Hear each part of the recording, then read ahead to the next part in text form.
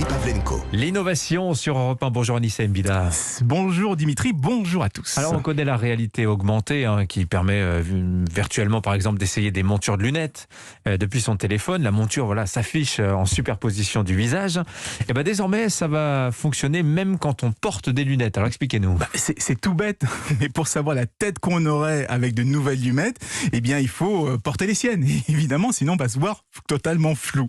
Alors jusqu'ici, toutes les applications qui permettent d'essayer ces lunettes de façon virtuelle, elles vous obligent à d'abord enlever vos lunettes avant de pouvoir les essayer. Donc on se voit flou, c'est pas pratique. Des ingénieurs français de Fitting Box ont mis au point une technique qui arrive à retirer les lunettes physiques et à les remplacer par des lunettes virtuelles.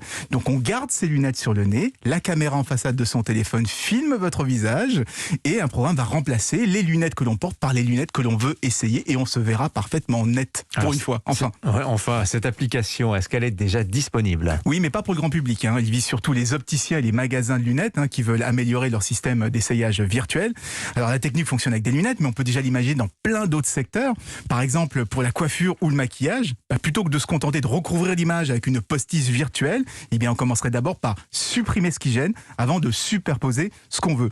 Donc on pourrait, se voir chauve alors qu'on a des cheveux longs ou tester différents styles et épaisseurs de sourcils sans avoir à épiler les siens. Est-ce que ça pourrait fonctionner pour essayer virtuellement des vêtements à domicile ? Alors ça, c'est le Graal de la technologie, parce qu'il y a tout un pan de commerce, le commerce électronique.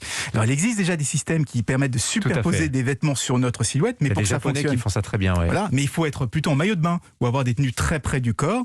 Alors évidemment, c'est beaucoup plus facile d'effacer des lunettes et de redessiner ce qui est en dessous que de le faire avec des vêtements.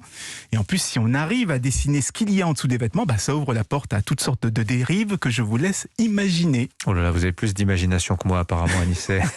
Merci à vous.